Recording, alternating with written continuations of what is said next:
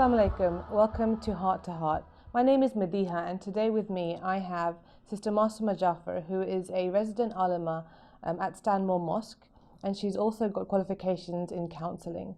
She's counselled hundreds of couples, individuals, and families on various issues and topics. Heart to Heart is all about you as the viewer. You can email in at hearttoheart@safirtv.com with your questions, with your problems, with any issues that you might have, and Sister Masuma is going to try her best to help you tackle them in a practical and religious manner, inshallah. So let's meet our guest. Assalamu alaikum, Sister Masuma. Thank you so much for taking the time out to be on our show. Thank you. So we've had loads of people email in to ask you questions and give you their problems and issues that they're facing in their work life, in their family life, in their relationships. I'm gonna ask you the first question that someone's asked. We have here a 23-year-old male. He has said, I'm finding it difficult to find a wife. When I talk about this with my parents, they tell me to concentrate on my studies, get a good job, and make lots of money before I even think about getting married. The thing is, I've been thinking about doing a muta marriage with this girl at my uni, but she's a virgin, so I would need her dad's permission. Everything is so complicated. Please help me understand what is the best thing I can do. Now, I can imagine that this is probably an issue or a problem that you face, you hear about quite a lot. How would you help this young man with what he's asked? I think first and foremost, I would ask him to sit his parents down and have a frank conversation with them in why he feels he's ready for marriage. Okay. And it's very important that he makes it clear that he's not just saying he wants to get married just off the cuff. He's actually thought about it. I think his parents are saying that he should finish his studies and make lots of money. Okay. Yeah. So I think, the things that he could come up with is the fact that, it is the sunnah of the Holy Prophet to get married, and there's lots and lots of hadiths that talk about early marriages, and the fact that if he may actually find it even easier to concentrate on his education once he is married, because at the moment a lot of his energy and concentration would be on things that are pulling him away from his education. So it's important for him to actually, say to his parents, look, it would actually help me with my studies.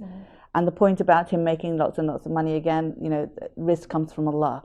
And again, we have hadith from the Holy Prophet that says that if a person does not marry because of, the fact that they don't have enough money, then they've actually thought negatively of Allah. Okay. So, it's important for, him to sort of come up with all these hadiths and actually say to his parents, look, Allah will provide. Okay. It's not that and the fact that even if you have lots of money, there's no guarantee that that money won't go away once you're married. Absolutely, yeah. So you said earlier he needs to think about whether he's actually ready. Yes. How would he know that he's ready? What would you say? It's not just the physical readiness, but it's the Yeah. emotional maturity as well that has to come with it. Okay. So, he may physically want to get married because his hormones are all over the place and Yeah. so forth, but he needs to realize that the emotional maturity has to be there as well, that he's actually prepared to be in a relationship which it will be for the rest of his life, and inshallah into akhirah as well. Okay. And the second part of his question was saying that he said, the thing is, I've been thinking about doing a muta marriage with this girl at my uni, but she's a virgin, so I would need her dad's permission. Everything is so complicated. Please help me understand what is the best thing I can do. Now, obviously, that's a completely separate issue. Yeah. But what would you say about that? In a way, I mean, he's I think he's screaming out the fact that, his physical needs are so great that he's actually considering a temporary marriage, muta. Right. And he would rather have a nikah, but his parents aren't up for it.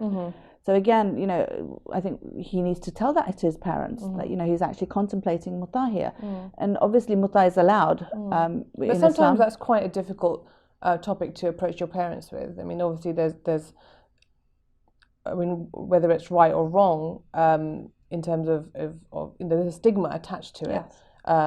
Which there shouldn't be, but there is in reality. Yeah. So how would one bring that up with their parents? Again, I think we do have a very sort of cultural way of looking at Islam, and like you're saying, muta is something that most parents are very against. Yeah. But I think he needs to just maybe not sort of say that he will do muta, but the fact that the option of muta is there, and he wouldn't, you know, he would rather not go down that route, and he would rather have nikah, just to show his parents that he's thought of all avenues.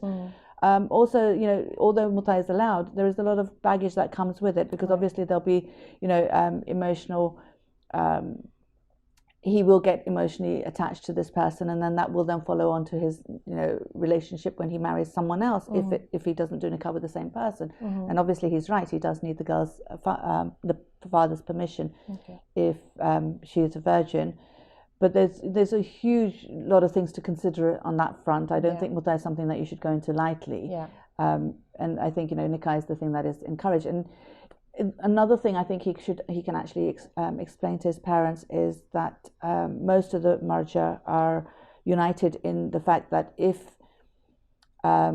you abstain from marriage and you have fear that you may do something haram because of that, then it becomes wajib for you to get married. Okay. So again, you know, that's coming from a marja, so it's not coming from me as your son. I'm telling you, this is what my marja is saying. This is what the Holy Prophet is saying. This is what the Holy Quran is saying. You know, the Quran talks about the fact that, you know, God has provided spouses from amongst yourselves to bring in peace and tranquility. And when you have peace and tranquility, again, you know, you're more likely to be able to concentrate better. So exams will become easier if the concentration is there. Also, if you have a spouse by your side who believes in you, that will give you so much more confidence when you go for job interviews and things like that. You know, your parents have to believe in you; they have no choice. But you know, someone from outside who's come into your life and who believes in you and tells you you can do it, that's a huge confidence boost. Absolutely. So again, going for a job and earning money and things like that will really help if, you know, if he finds the right spouse. So you've said that obviously, if you're going to fall into sin, it's wajib for you to basically get married. What if you're a girl? You know, what if you're a girl and you're going to fall into sin? So, for example, this gentleman here, he's got the option of doing a muta. But if you're a girl and let's say you are a virgin, what option do you have if your parents aren't letting you get married? Again, those conversations have to happen with your parents. They have to. I think, you know, we've gone past that stage where, you know, there's certain things you don't talk to your parents about. We can't live like that, especially not in the West. I think we have to be a little bit more open. And parents need to sort of understand that it's really important living in a non-Muslim country where, you know, haram is happening all over the place. They're greater challenges, aren't they? Yes, much more. And you know, when we think of haram, when it comes to things like that, we think of, oh, they're going to go out with someone, or, you know, God forbid, they're going to sleep with someone. But haram is even that lustful look. So, you know, it is sort of understanding, yes, I have to have willpower and I have to abstain as much as is possible. But if you're, you know, if you're getting to a stage where you can't, and you're telling, you know, you need to tell your parents so that they're aware. And I think as a parent, I need to understand that that is much more important than the worldly thing of, you know, will they finish their studies? Will they be able to get a job? Will they be, all of these things are so immaterial. Exactly. And I guess the thing I would say is that if you're at a stage where you're actually ready to get married, then, you know, that is the stage at which you should be able to approach your parents and speak to them about it. If you feel like you're mature enough to actually get married, then these are conversations that you should be able to have with your parents. Yes, so, because there'll be much more, you know, difficult conversations you'll be having with your spouse. So you need to be able to have these conversations. But it's a matter of whether the parents listen. So I think, you know, the advice should be both to the person and the parents as well. I think it's really, really important for parents to listen to their children, and you know, even if they don't feel that they're ready, if the child is telling you that he's ready, it's his life, it's his choices, and he'll have to live the consequences of those choices. Okay, well, thank you for that. I hope that actually answers the question that this young man has sent in. So I'm going to move on to the next question.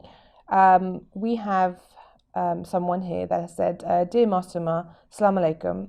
I'm in my final year of a pharmacy degree, a degree I did not want to do but felt compelled to because of parental pressure.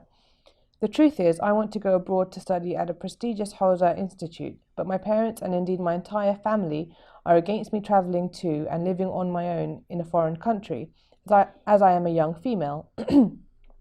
I wish I could be left alone to make decisions for myself instead of everyone dictating to me how to live my life.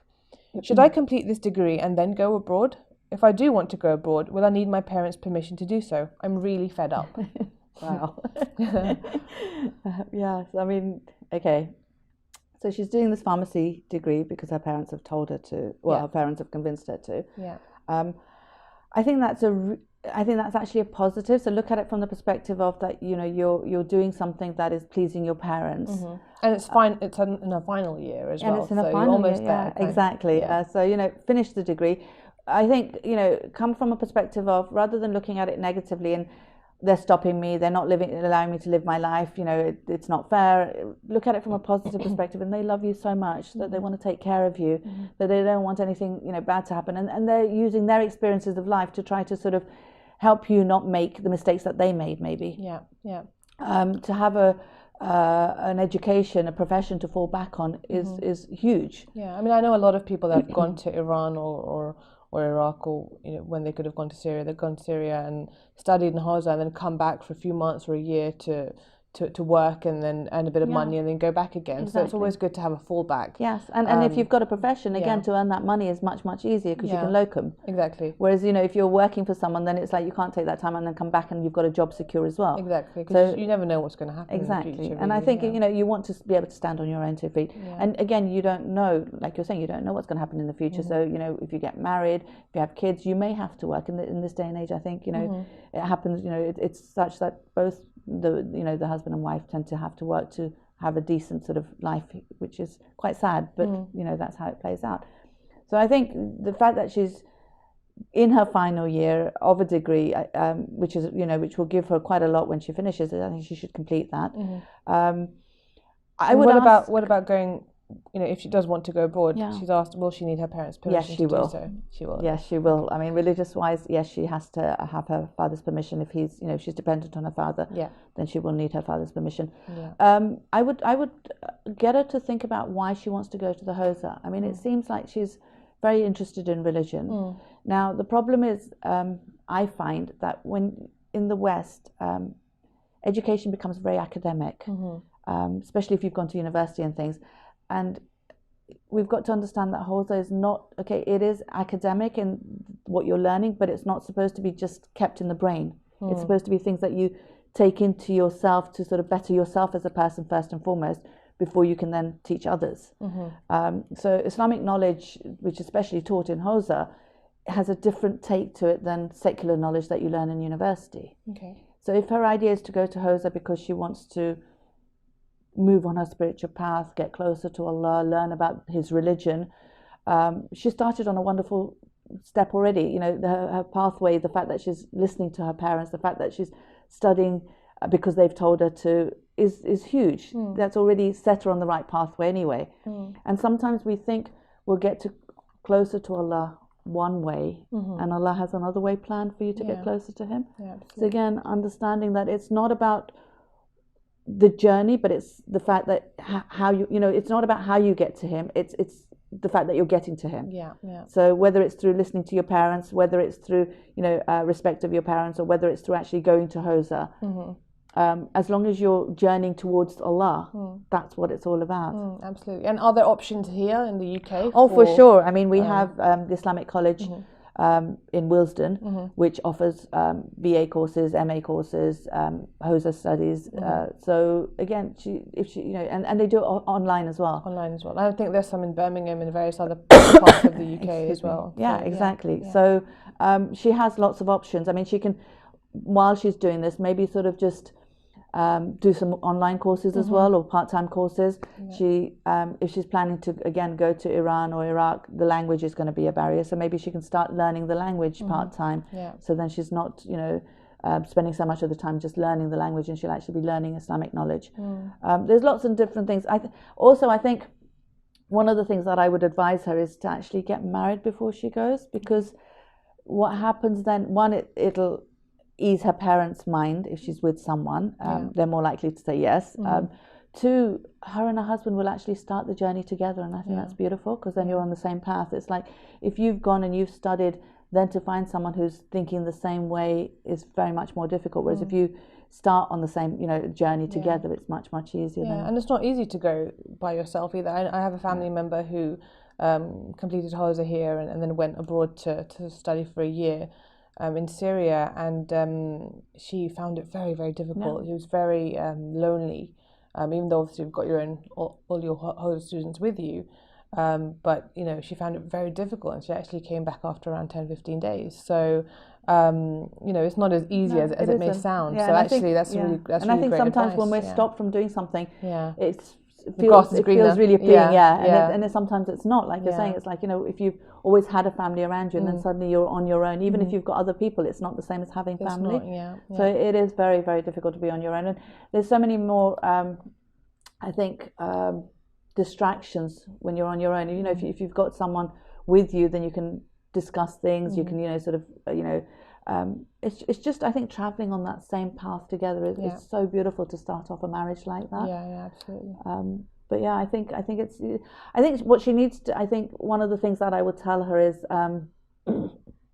that make the niyyah that you want to do this, and make sure that your niyyah is for the pleasure of Allah and in the way He wants you to do it, and that it's not about the knowledge as much as it's about getting close to Him, and then let Him plan out your pathway, because He will do it in the most beautiful way. And are there any du'as that anyone can do to sort of not bend the will, but I think I remember listening to a lecture once upon a time where there was something that someone wanted to do in the path of Allah, and the parents were stopping them. Obviously, this is a great thing that someone wants to go to Hawza and actually better themselves and learn more about Islam. And I think there was I think it was dua number 24 in Sahifa Sajadiyya about for your parents. And apparently, correct me if I'm wrong, it can open the heart of the parents to ideas that they might not otherwise consider. So I don't know whether that's something. I mean, she could. And then even just the simple, dua from the Holy Quran, Rabbi Zidni Ilman. A lot of people think that means, oh my Lord, increase my knowledge. But it means increase me in knowledge. So the knowledge that I'm acquiring, make sure that I'm actually using it to increase myself, so that there's growth in me, so that I'm I'm getting closer and closer to you. And maybe if she actually starts, I think it's also showing that you're not just saying this because it sounds like a wonderful idea to go away and do these sort of things. So to show that she's actually thought about it, and that she's actually really, really wants this. If she does start doing part-time courses, if she starts learning the language, she's showing her parents that she's serious actually very serious about this. It's not something that she's just suddenly decided one day and next week will be something else. Because again, we do tend to jump from one thing to another. And if she does start doing these part-time courses, online courses, learn the language, one, it'll make it easier for her when she's there, and secondly, it will make her realize what it contains. So again, you think you want this, and sometimes maybe it's not something that you want. I'll give you a bit of a teaser as to what you're going to be facing when you're there. Okay, well, thank you for that. Here I have a lady who has emailed in and said that my husband and I have been thinking about having children, especially as we have been married for 2 years now. But I keep thinking to myself, do I really want to raise my children in the West? There is so much corruption out there that I don't want to think about bringing another being into this world which is filled with such trials and tribulations. Should we forego having children or move to an Islamic country? Your advice is most appreciated. Wow. Okay. Wow, there's so many things there. So the fact that they're thinking of having children, I think, is really, really good. Have it with the niyyah that this is the son of the Holy Prophet, where he tells you to marry and multiply. So it's really important to do it with the right niyyah. Whether you should bring up a child in such a corrupted land. Difficult, isn't it? Well, if you think about the Holy Prophet, he was born in the period of Jahiliyyah. So I think, if the fact that he was, if his parents had decided not to have him, can you imagine?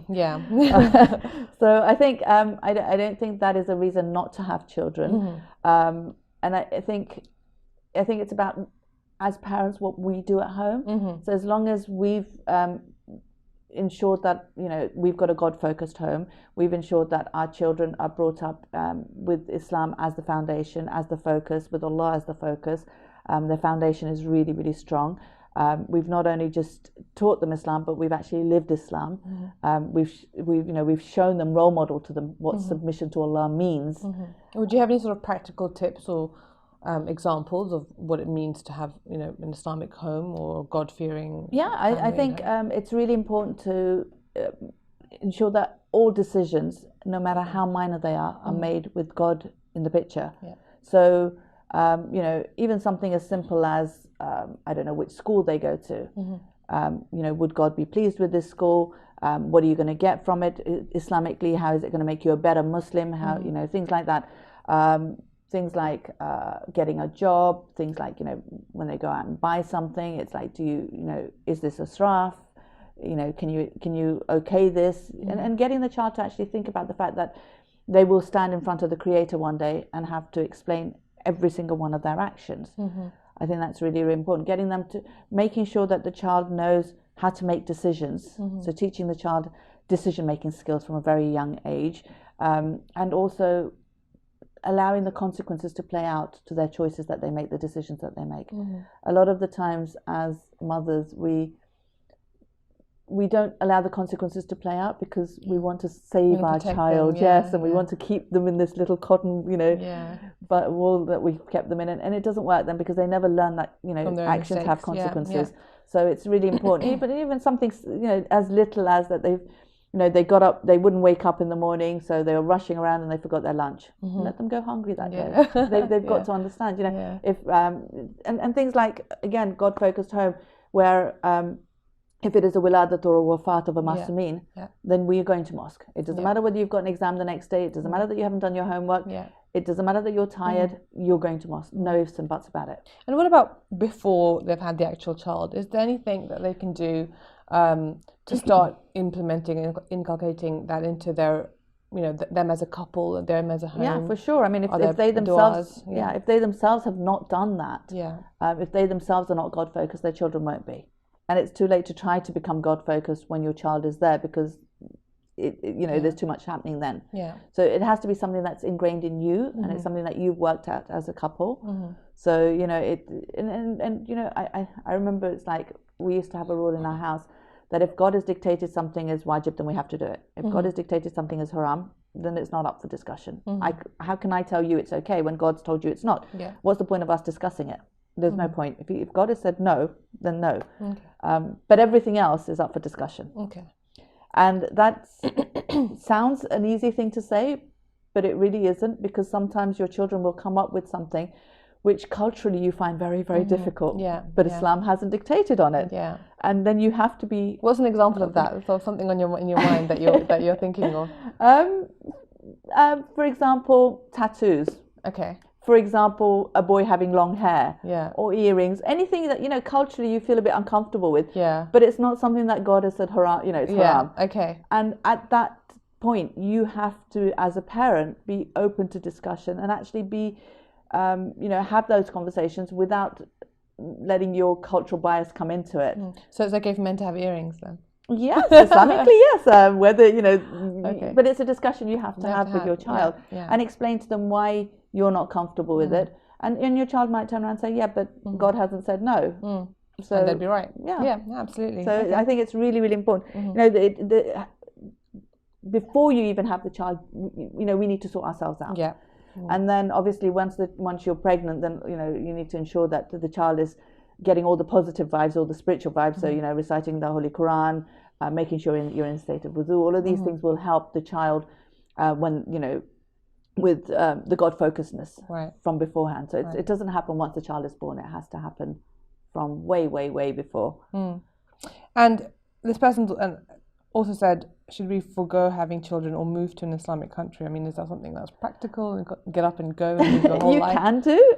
I think when they're young, it's much easier. Do you think those countries are any less corrupt? Exactly. That's what I was going to say. I mean, you'll still have corruption to a point there. You'll still have non-Islamic things happening. They'll still have peer pressure. They'll still have everything that they're, it's just outwardly, it's more Islamic. So, you'll have, for example, hijab will be much easier in an Islamic country. But that doesn't mean that boyfriend-girlfriend issues aren't there in an Islamic country. Or drugs. Or alcohol. Things like that. So there are certain things that will be easier outwardly.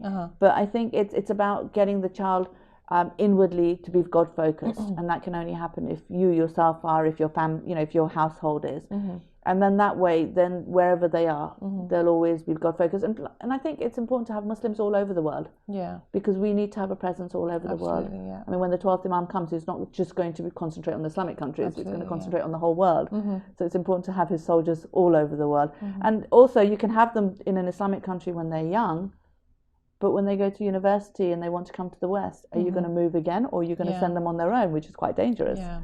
And actually, I found when people are quite cocooned in a super Islamic environment, which is fine and great, and then they're sort of let out into the big bad world, then they sort of go the opposite way, and go crazy with the I don't know, alcohol or freedom or just whatever it is. So I think it's important in a globalized world to kind of give a child or a person a sort of holistic kind of idea of what the world contains and what it has. And I mean that's very, very true, and I think that's because Islam hasn't been taught to them, and they've never been questioned about Islam, because again, when you're living in an Islamic country, you just take it because that's what everyone else believes. When you're living in a non-Islamic country, your faith actually becomes stronger, because you have to answer to why you believe what you believe and why you're doing what you're doing. Yeah, try and hold on to it. Exactly. So I think that actually makes your faith stronger to a certain extent, rather than if the foundation has been there. And the other thing that you said is we do live in a globalized world where, with the event of the internet, the rest of the world is at your fingertips. Exactly. So even if you're trying to keep them, in an Islamic country, it doesn't necessarily mean that they're not going to know what's happening. Or they're not going to be exposed to the West and Western ideas of what's right. And a lot of the times, the grass always looks greener on the other side. I remember when we moved to Qum, and we used to tell people that we've come from London and we're living in Qum, and they're like, are you crazy? What's wrong with you? Because to them, they couldn't understand why you would leave the West, because it's supposed to be such an amazing place. And they really didn't appreciate what they had. Whereas we did, because we came from the West, and we could see the flaws in the West, and we could see the beauty in living in an environment where everything revolved around God, open, outwardly. So I think also, the grass, like you're saying, the grass always is greener on the other side. So be very careful of that as well. Okay. All right. Thank you for that. So the next question I have is, I am a sister in my late 20s, and the current job I'm doing is ruining my life. It's not so much the job as it is the people, especially as I have to work closely with someone who is being a bully. I can't handle her anger and aggression, and she seems to take it out on me. It's really affecting my health, my performance at work, relationship with my children, and making me dread coming into work. When I tried to present this issue to a senior manager, it appeared as though I was the one with the problem. Should I leave this job and seek new employment? That's quite tough, isn't it? That's quite tough. It is. Yeah. I think bullying is so. When we think of bullying, we think of children, but it happens, to everyone, and it's really sad. And there's so many different ways bullying can happen. She says she's talked to management. I think maybe actually, I would encourage her to actually send something in writing with actual evidence as well. So examples of where she feels that she's being bullied. So there's a paper trail now, which is important. Also, there's the National Bully Line, which she can get in contact with, which gives advice on how to handle things like this.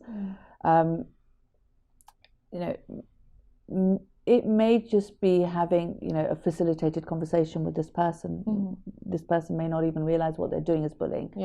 So, and it's not fair to ask her to have that conversation if she feels so threatened by this person. So it may need to be facilitated by someone in the workplace, senior management and so forth.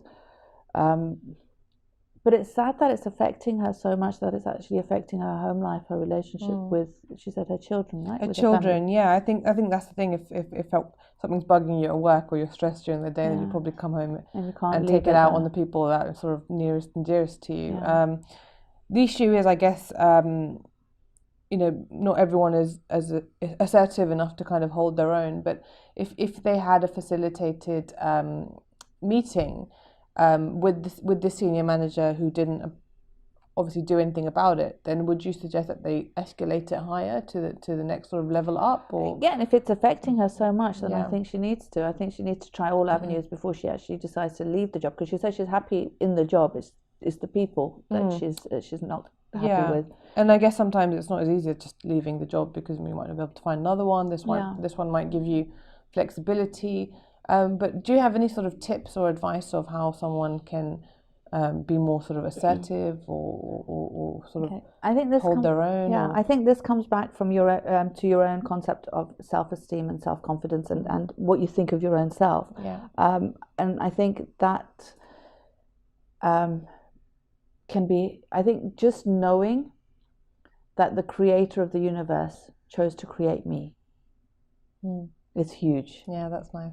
It's he who created everything chose to create me. Yeah. So who are you to tell me I'm nobody? Yeah. Who are you to put me down? Yeah. So just making myself realize that I am special, and it doesn't matter what anyone else says or does, because again, they've been created by someone else, by God as well. Yeah. So they're no better than I am. Yeah.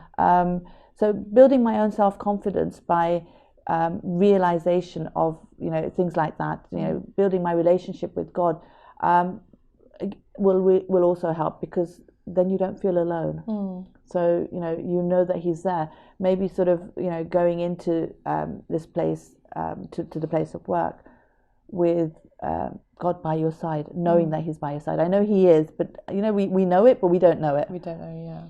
So even little things like being in wuzu, reciting a 2 rakat salah before you go, your day starts. Ya Allah, let this day go well. Please help me.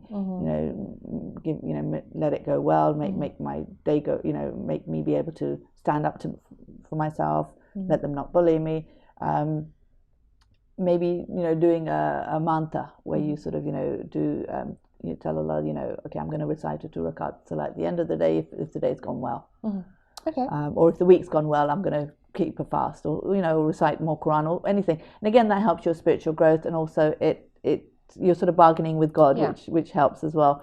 But each time anything happens, sort of just know that God's by your side, and maybe not also taking it all on. So when this person is saying things which are really nasty, realizing that's their issue, not yours. Yeah. Okay. Perfect. Great. Well, I think that's the end of our show today. Thank you so much for tuning in, and thank you so much to Sister Masuma Jaffer as well for all her help and advice. As we said earlier, you can email in at hearttoheart@sophiatv.com with any questions, issues, problems that you may be facing at work or at home, and Sister Masuma will try her best to help you with your issues. Thank you very much. Assalamu alaikum.